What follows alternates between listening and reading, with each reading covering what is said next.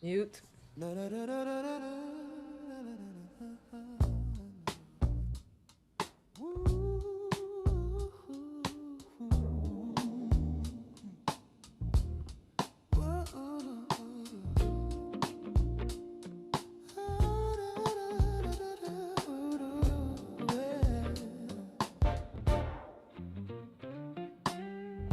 Running to and fro, looking for that vibe.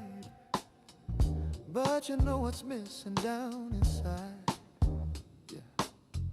It's a void so deep, just like quicksand. The struggle is so real, it slips right out your hand. You keep searching all the time, but you'll never be able to. Hello, shalom, shalom, everyone. I am Dr. Nabi Yehuda, bring you intimate truth. It's the truth that you embrace that makes you free. All right, so as you can see, I am here with a guest, and I'm so happy about it and excited. And so tonight we are going to be revisiting women in business. And hello, Amy. Hi, Amy. She's like, Hello. I'm so glad that you are here. So glad that you have taken the time to hang out with us on this evening. All Well, right. I thank you for welcoming me and inviting me on. So thank you. Absolutely. Absolutely. So, what I'm going to do is I am going to take an opportunity to introduce you properly. Sometimes I do a bio and sometimes I don't. It just really depends. But I always say the same thing on every broadcast, every podcast. I said normally I sometimes I will and sometimes I won't because I believe that the bio comes out of the person while they're talking. And I think that's important because that's the best way to get to know somebody by listening to them. So what I'm going to do though is I am going to get my screen back. Oh my goodness. All right. So I'm going to talk to you a little all of her glory. One of the things that there she is. That's right, big, bold, and in your face. So, and please take note of all of her information. So, I know that you guys are going to want to get in touch with her after this. So, Amy, she is a consultant, last name McCoy, and she's a consultant, film and theater artist and a facilitator who works at the intersection of creativity, truth, and collection care. Very creative. And so Amy is also an arts administrator and organizational strategist. She is the founder of Aimee L. McCoy Consulting, a consulting practice that supports businesses, nonprofits, and creative organizations in building healthy teams, navigating difficult conversations, and strengthening leadership through integrity, clarity, and compassion. So she's based in Atlanta, Georgia, guys, and she's been doing exactly what she does for over 20 years. And so I'm going to hop back in here for a second. So I know there are going to be questions. Feel free to ask. But right now, we're just going to have a little conversation. We've got our beverages and we're just going to have fun. Right. I forgot my straw. So, Amy, first of all, guys, Amy and I met a couple of years ago at a event in Georgia, a place I did not want to go. I swore I was not going. I was not going. And all of a sudden, the Lord switched me. He changed my mind. And everybody was like, wait, I thought you didn't want to go. I was like, well, I'm going. I really felt like I was supposed to go. And it was around real estate, multifamilies. There's a lot of people that are doing real estate right now. And that is not a mistake. It's a smart move. But I'm going to float that like a balloon and we're going to come back and talk about that later. So, yeah, we met at this event and I felt like, this person is going to be around for a while in my life. Maybe not all the time, but, you know, and God's timing is God's timing. So you never know. It's like you meet one place, there's a seed, and then somehow it just picks up later. And so for that, I am totally grateful. So, Amy, so So you're a consultant, an arts administrator. Speak to us a little bit about that. Oh, Um, no, I I'm see a somebody I know. I see Crystal. Hey, Crystal. Go ahead. Go oh, ahead. so cool. I can see the comments there. That's awesome. Yes. Yes, I'm a consultant. So I help um, solopreneurs who are working. I help small businesses, mid-sized businesses, organizations. Mhm. Basically, my expertise is around, my main offering is around helping people hire the right people for their team and for their goals and build those teams to sustain the work and accomplish their goals. So it's kind of matchmaking, I say, matchmaking for employer and employee. I'm really passionate about it. I've developed a system over, yes, 20 years of building ensembles Mhm. and building teams, and I just love it. Mainly because I think people are valuable, Yes. and there's nothing more devastating than having the wrong person in the wrong position and being led by the wrong leader Mhm. to cause harm, devastate lives. And I'm all for let's not do that anymore. So that's what my Wow. main offering is, with helping people. Okay, so are you, let me ask you this, are you helping mostly women or all women, or is it just whoever is out there drowning out there in these business streets? Well, I'm game to help whomever needs my help. But as you would have it, I'm a black woman, so more likely than not, black women are they do gravitate towards me, more so than anyone else. But no, I'm open to helping anyone who needs the assistance. Yes. Also with leadership development. Hmm. Okay, that's awesome. And the only reason why I ask is because some people they structure their business, people say, "Oh, yeah, I'll help everybody." And it's like, "Well, okay." But some people are more targeted and very intentional, and I know with you you're obviously very intentional with what you do, and it's great when we can have a business that it can help whosoever will. If you're having an issue, if you don't really know how to navigate, especially in the background with the admin, that's anybody can benefit from that. But I just wanted to just make sure we had the right messaging going out to the right people. But yes, when it comes to business, anybody that's in business, if you need help, please, yeah, I mean, you got to reach out. You can't build by yourself. So that's my little message of Absolutely what not. you cannot build by yourself. So how long have you been doing this? Oh wait, I we have a question already. you Okay. you want to come in the room, Crystal? Do you help businesses outside of Atlanta? Yes. I'm right now, I'm national, but I intend to be global at one point. So, Okay. yes, I help people outside of Atlanta. A lot of the work that I do could be done virtually, Mhm. but also in some cases, it's important to be in person. So, I travel. I love to travel. So, yes, Yeah, I know that sometimes in business, it does take you on a train, a plane, or automobile someplace. But so you've been doing this 20 years, and so there's so many questions I want to ask. So, well, first of all, how did you get started in this business? well, let me just clarify. So I've been doing all the facets of what I've kind of brought together as this unique offering. Mm-hmm. I've been doing all of those facets for 20 plus years.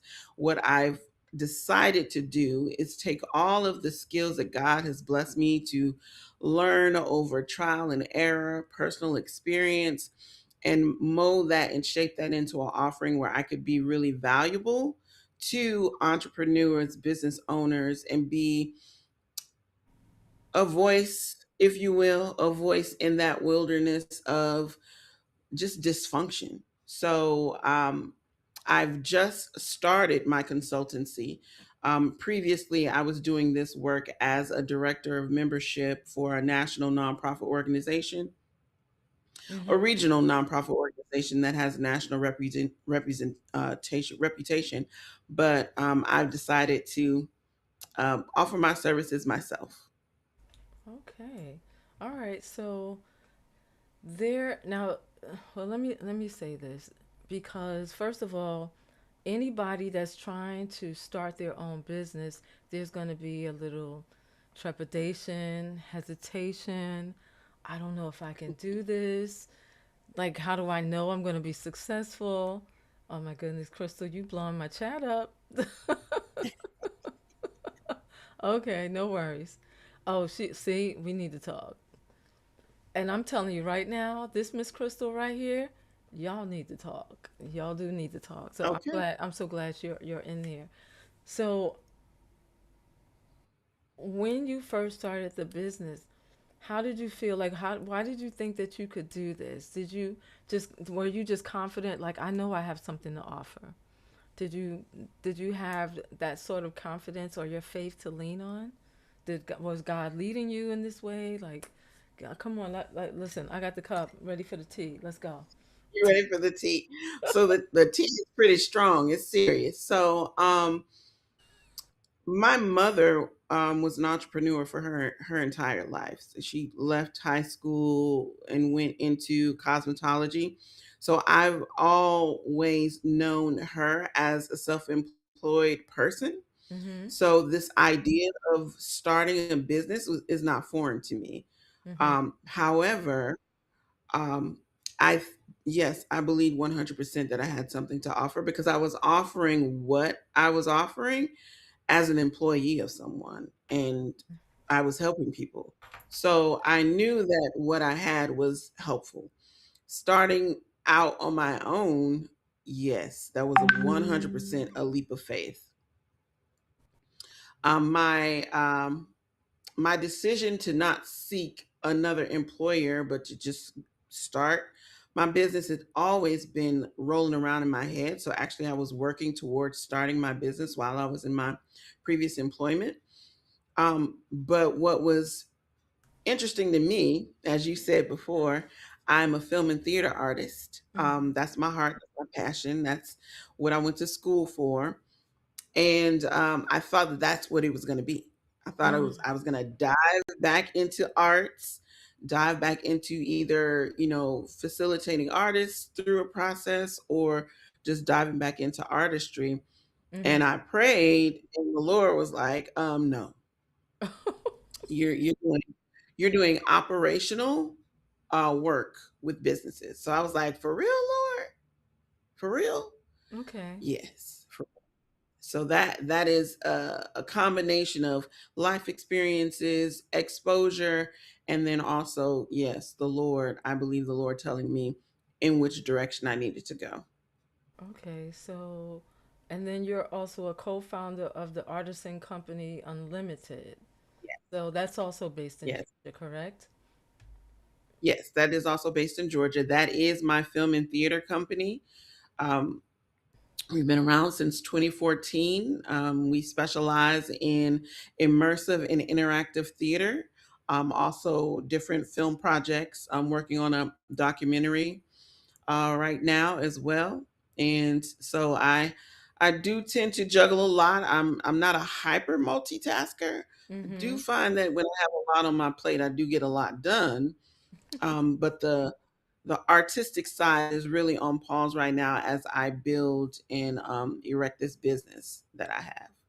Okay. So let me pop back in here. You all out here in the streets by yourself. Um, So, well, I like to highlight my guests so people can focus on them and don't worry I about appreciate like all the background stuff I'm doing over here. So, and then I it. No, want to, I know, right? Let me put this up here for a second. So, if you guys want to reach out to Aimee, this is how you can do it. Her number's here 855-264-6635. She's at hello at amymccoyconsulting.com. And you got all the information. Screenshot it if you need to. Also at Biz Hitman. I love that. She is not playing. She's not playing. She's not playing. All right, so And I would wear black tonight. I would. That was not even in my thought pattern, but that's funny. it's okay. It's all good. So so you have so the art part is the film part is on pause right now. Interesting. I'm hoping that my friend Chris gets to see this. He just got a movie deal on Tubi. As most of you guys know, the night that we were here in studio, he had 500,000 views. The next day, he had over 1 million. I mean, just like that. When you follow God, when you follow God, and so Absolutely. I always like all of my little theater friends to get together, and so we're gonna let the Lord do whatever He's going to do with that in that perfect timing. So um, I'm gonna leave that. So stepping into the space of, as you mentioned, you're a black woman in America. Listen, sisters are doing it for themselves. And, and you are stepping out. First of all, I love the fact that you have it already in your DNA because of your mom. And so I think that her establishing what women can do was something. Would you say that that was something that was important, influential, pivotal for you? I mean, I think so. Just the idea of being able to start a business, it was never. Some people hear all their lives, like, get a good education so you can get a good job kind of Mm, situation. yes. So yes, get a good education, but it was never like, oh, so you can go get a job so you can work 30 years on that job. That was conversely, my father Mm-hmm. worked for the state for his entire life Mm, until he retired. So it was kind of like a balance of stability, work for, a rock solid, if you will, employer for the majority of your, not majority, for all of your working career. mm-hmm. And Mm-hmm. then on the other side, I've got a mother who, you know, did what she needed to do. She started beauty salons. She went and she taught cosmetology. Mm, She it was definitely important, and I think all of my siblings had that little kernel inside of us of like, we don't want to work for nobody. It's like it's there. You do end up getting a job and going and doing right. this and doing that, but Yeah. some deep down is like, nah, this is just not sitting right with me. Madam C.J. Walker. So in that regard, I think what she did and where her life took her was very impactful. Yes. That's so awesome. While you were talking, I was thinking about Rich Dad, Poor Dad. Mm. So Robert Kiyosaki, his dad, he actually worked for the state. And then his friend who had a father that was rich was telling him, entrepreneurship, do it for yourself, get out there. And so he was learning about, the stability of the job, and but the false security of the job. And I think at 9 years old, he was 9 years old, and he was trying to like figure it out, and he wanted a job. He ended up working for the rich dad, and he really taught him how to earn his money. And Mm. so, and he didn't like it. He didn't like it, so that's when he was like, no, I want to do what you do. Mm. So it's kind of like a balancing act, but then eventually you get to the point where you say, you know what, this is going to serve me a lot better. Absolutely. Actually, entrepreneurship. And unfortunately, I I have this book, It's a seventh grade book, which I thought was phenomenal. When I lived on Maui and I was doing my podcast, I would show it to everybody. I was like, look at this book. Seventh grade math book. In the beginning of the math book, it had a list of jobs and how much money you can make. And the teacher was talking to them. This was a book that was in 1940 something, back in the Mm, 1940s. Obviously, we don't do that anymore. But it was a math book. Why would jobs and the salaries be in the math book? And then the teachers are talking to the students about what they want to be when they grow up. And some of them would say, well, I'm going to work in my dad's business. And some were saying this and some were saying that. But I was really fascinated about this math book mm. that had this in there. I can't remember the name of it, but I have to go into my archives and find it. But and I was just like, this is what should be in all schools right now. So that when you go to school, it's not just grow up, get a good job so you can have enough social security to live on. I'm surprised. I'm surprised. I'm sorry. I am not the guest. Um, I'm not the guest. So, so going back to your business, the consulting business. I mean, what are some of the mistakes are you finding in people's businesses? The mishaps that they're not seeing. Oh, Okay. it's like salad. It's a lot of them, but I'll just throw a couple out. Mhm. Um, but I'll start it with this. I was just talking with some sisters of mine recently, and I believe 100% that solopreneur, like owning your own job, is not what business is. Business is meant to grow, and whomever is starting that business is meant to grow to be an employer. If you're not growing to be an employer, you're not really in business. You are owning a job. So you just took the position of your employer. That's it.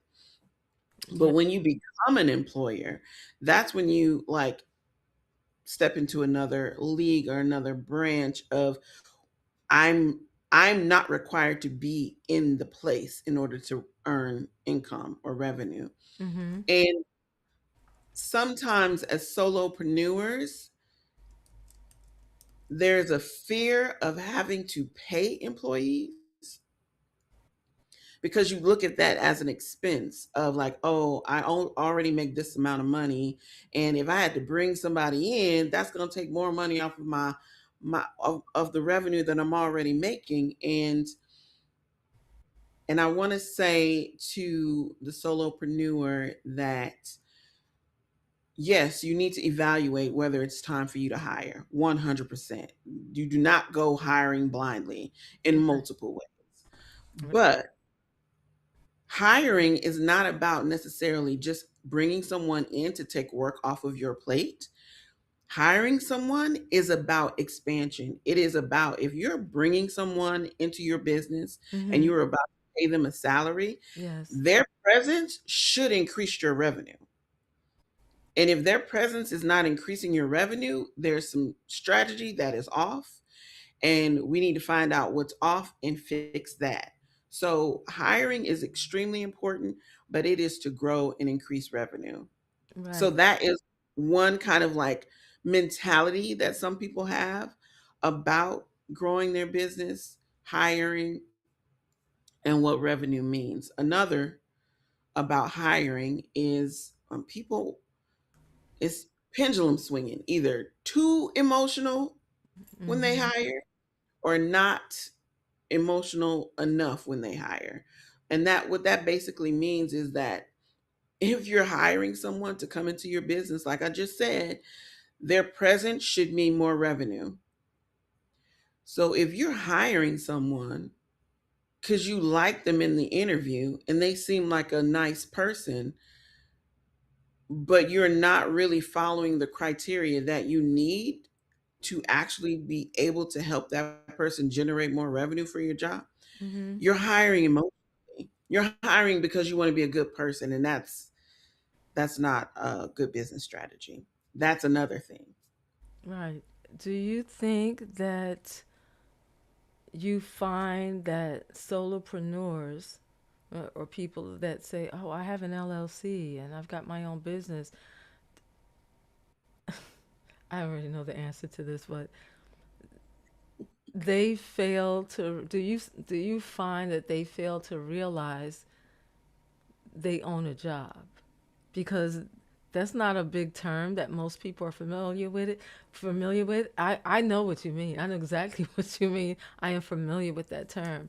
But do you think that they are familiar, or better yet, do you think that they are aware that they own a job, and that's not the same Mm. as owning a business that is profitable and that is scaling, or has the potential for scalability with the right strategy? Do they realize they just own a job? I think some may, because it's now being spoken about more than it was before. Like, uh, people used to just like, oh, I'm self-employed. I'm self-employed. Like, I don't want to be self-employed. I want to own a business, you know? Yeah. But people, mentally self-employed, it sounds really good. It sounds independent. It sounds like you're doing something. So some people do not understand that they really just own a job. And unfortunately, some people could spend 20, 30 years owning a job, and they don't, when it comes time for them to no longer be in that job, meaning they are tired, what happens to the job? Right. Like, one, most of the time, they're not paying themselves what the job would require if you were to hire someone. So Mm-hmm. that means what their strategy is, they can't replace themselves. So more than likely, they have to work until, unfortunately, they, go on to glory, or they stop working and the business closes. So it's like all of that time, all of that work, all of that effort, and maybe you even thought like, I'm building something for my children. Most of the time, kids are not interested in picking up what They their parents built. say that. They they will sell it as quickly as they can, especially if they were not trained in that. But then again, you kind of might have the blind leading the blind there. So you might have trained your child to own a job. Mm, And maybe because that child is more, you know, have more information than you have, they realize, I don't want to own a job. mm, mm. I don't own a job. You work more than my friend's parents who just got a job. I'd rather go get a job because I don't want to work 80 hours a week. Mm, mm. I'll go work 40 hours a week and I'll have my other time to enjoy my life. So there's a lot of misinformation, and that's very intentional. A lot of lack of strategy, um, and just not having the information. Not having the information. So, all of the people that you come in contact with, would you say that you're now educating them or re educating them or having to re educate them? I Well, absolutely. I'm always talking to people about different strategies, and my main offering is to really dive in and understand what their goals are. It's like I don't have cookie cutter situation, Right. right? I have definitely truths that I understand, but like, what is your goal? And sometimes people don't even have a goal. So opening up people's expansion of like what's possible, that's also a part of what I do. Is like Mm-hmm. helping someone understand, yes, you own a job. but where do you want to go? And if you own that job because you're really passionate about doing that work and you Mm-hmm. love getting up and doing that thing every day of your life, Right. and you see yourself doing that thing for the rest of your life, then baby, you are in your bliss. Mm. Maybe that is what you're supposed to be there thinking like I'm building something for my family and my future, then let's tweak that a little bit. Are you actually achieving your goal? If not, let's find out why not and let's try to figure out how we can make that happen. And Right. it's usually just a change in strategy, See? just a Yeah. different way of thinking it, a different perspective. Right. It's all possible. Yeah. Well, we have faith, so we know that all things are possible. All things are possible. All things are possible. And so, do you feel like God was leading you in your decision making and, like, okay, I'm over here. I kind of like this, but then, and then you felt a shift. Can you talk to us a little bit about that? Definitely felt a shift, and just in my personal life Mm, of I loved my job actually. And there's a thing that is like your field of grace where it's like you are where you are, God has put you where you are, and the things that you do, you're able to do, you're growing, you're learning, you're helping people, and it's like God is blessed. Now that is actually what happened to me in my mm, previous employment, is that God blessed me with that job. And all along the way, I knew deep down, I just felt it in my spirit mm-hmm, that not only did I love the job, I loved what I was doing, I felt like I was doing some good, mm-hmm, that I was being prepared. I was being prepared for something else. mm, What that something else was, I did not know because I'm telling you, I was all over the place. I think out of all of my coworkers, I had held the most different positions mm, in that organization. I had for from the beginning of that work, I came in as like an administrative assistant and left the director of membership and learnings and evaluation. mm, Um, and no one had my personal experience throughout. And when I tell you, I learned so much. mm. It's, God used that position yeah. to change my relationship with money. Mm, wow. I now know, like, I can Jesus bought me. Nobody else can buy me. Nobody else. I don't care if you come with a $4 million check, $100 million check. I'm gonna look at you. I processed so much money in that previous organization to help people. Um, Checks I personally had never seen in my entire life or touched in my entire life. But through that process, it was very surreal. Through that process, I felt like I was processing that money. That money was flowing through me. Although Mm-hmm, it wasn't my money, it was as if it was my money. And I saw how fast $1 million went. I was like, oh, $1 million isn't anything. mm, I saw how $4 million went. I saw how many people it couldn't help. So it was like it just rewired my brain where money is concerned. And I thank God for that because it just shored up that I have a mission. And at least that is not going to take me off my mission 100%. wow. That's awesome. Um, Very interesting to see that amount of money. And you said something really interesting, like how many people it could not help. Because in our minds, when we think of $1 million or $4 million, we're thinking about lotto money. I won the lottery. And then we see how many people go broke just like that. Mismanagement, no strategy, no thought on what to do, how to allocate. And we have not been taught about relationship with money. not Mm-mm. realizing that money is a tool. It's a tool. And your money is supposed to, your money has an assignment if you give it an assignment. The money has an assignment. It's supposed to go out and go get prisoners that look just like they do. That's what it's supposed to do. And and then you have the people that go to church, but then they don't understand money, and they don't look at the Bible. And listen, I am not a prosperity preacher. Please don't come for me in the comments. Bye, Felicia and Philip. Um,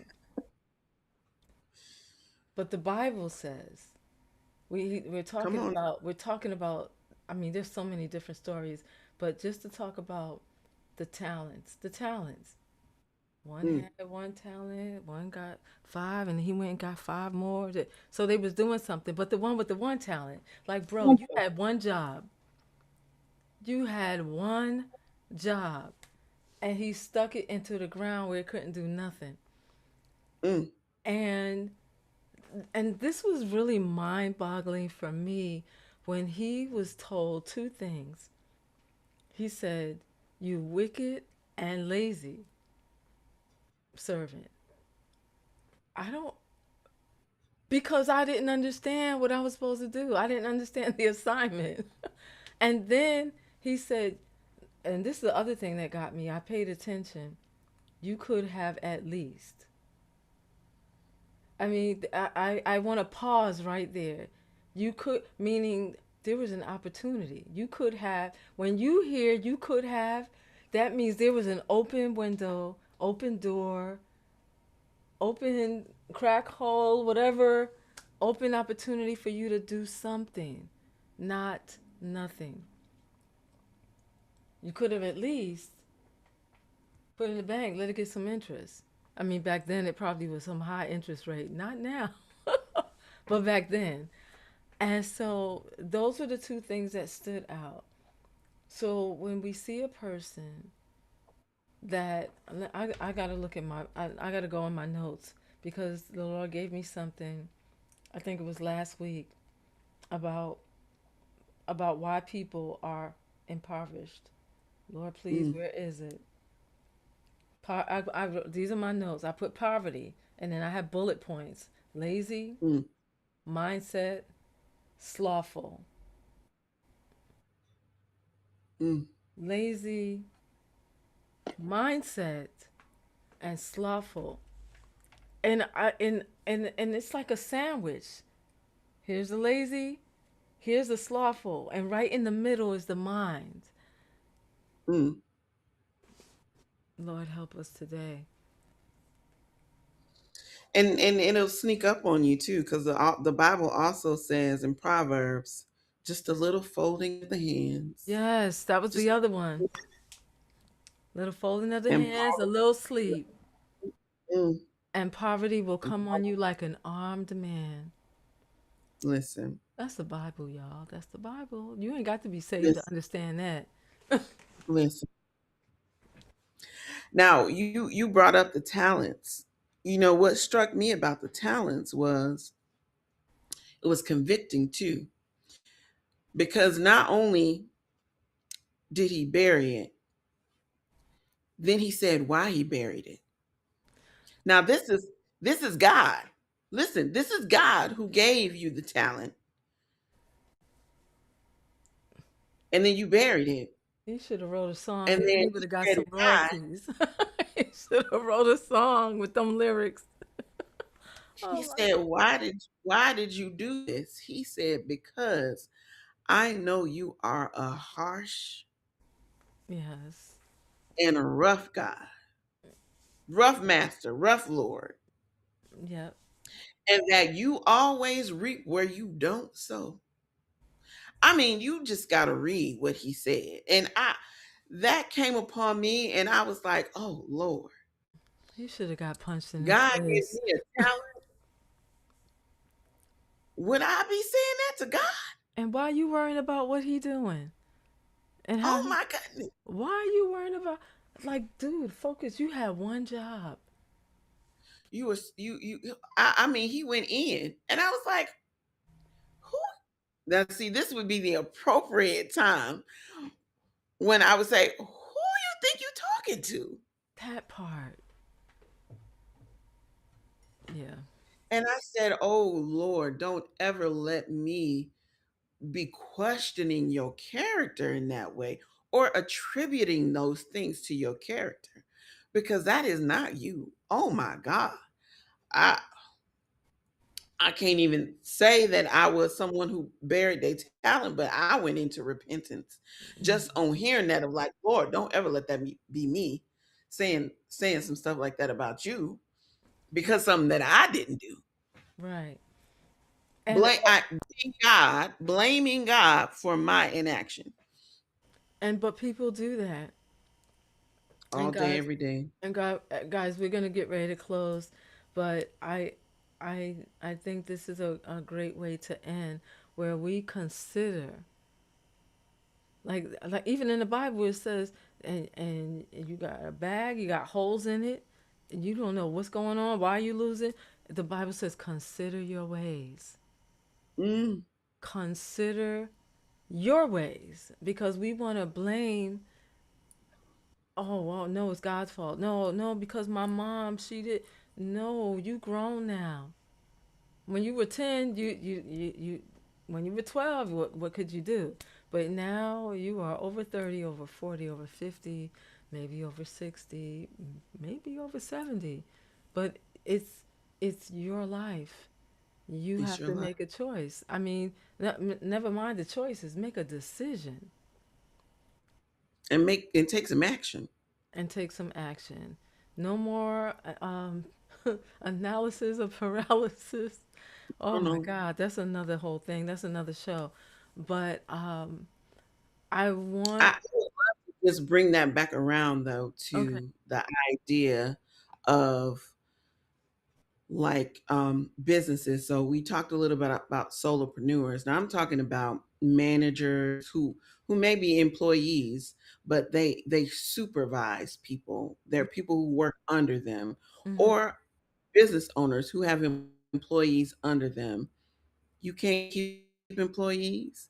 You can't keep good employees. Like, think about those good employees as that money in your pocket, and you keep losing it. It's like they keep leaving. So you got to go through a whole process to bring more back in, but they keep leaving. Consider your ways. Mm-hmm. I'm glad you said that. I was about Consider to say, wrap up with something sweet. Wrap up with something sweet, for the people. It is. I mean, one thing that you could say, as far as, I don't even want to say advice, just counsel. Like, take a moment, take like 2 minutes to like coach coach somebody right now. Coach them on their business.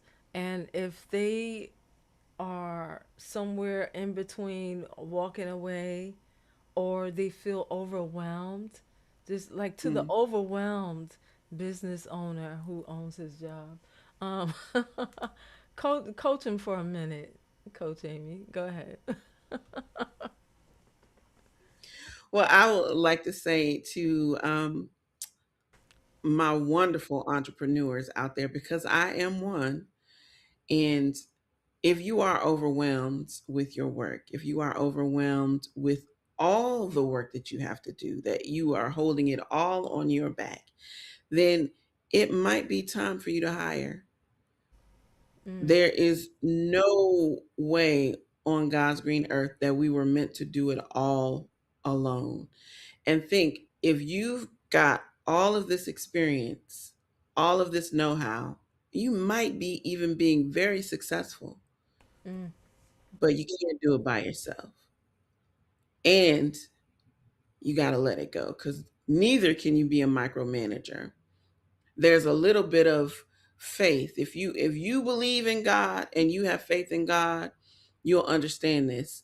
When you bring the right people into your company, you'll also have to have faith that what you do and how you train them will allow them to continue to help you build and grow, or just let you live a little bit more.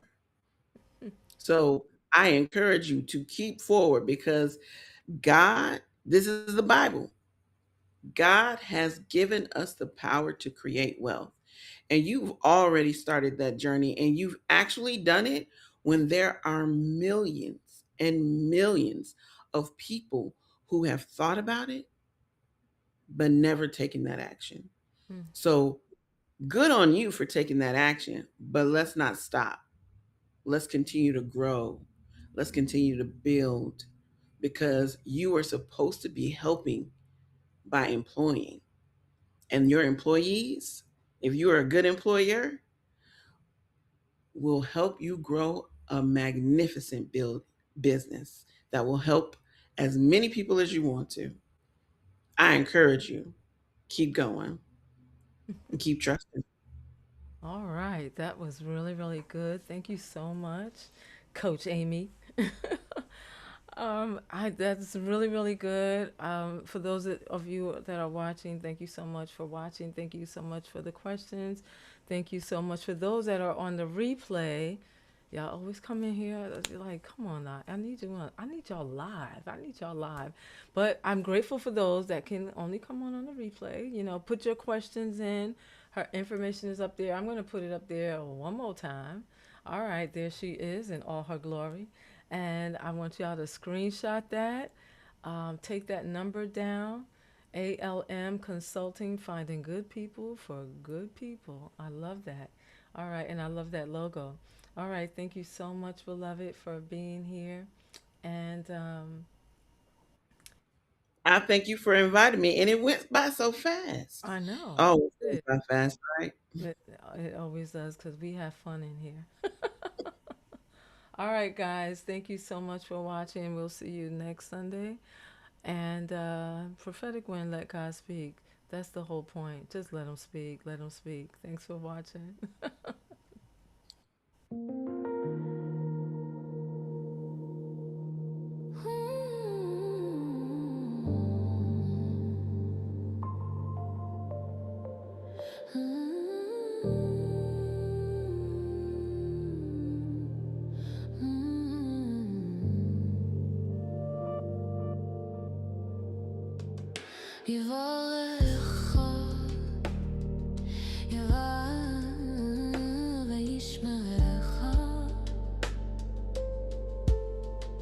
Yeah, yeah, yeah,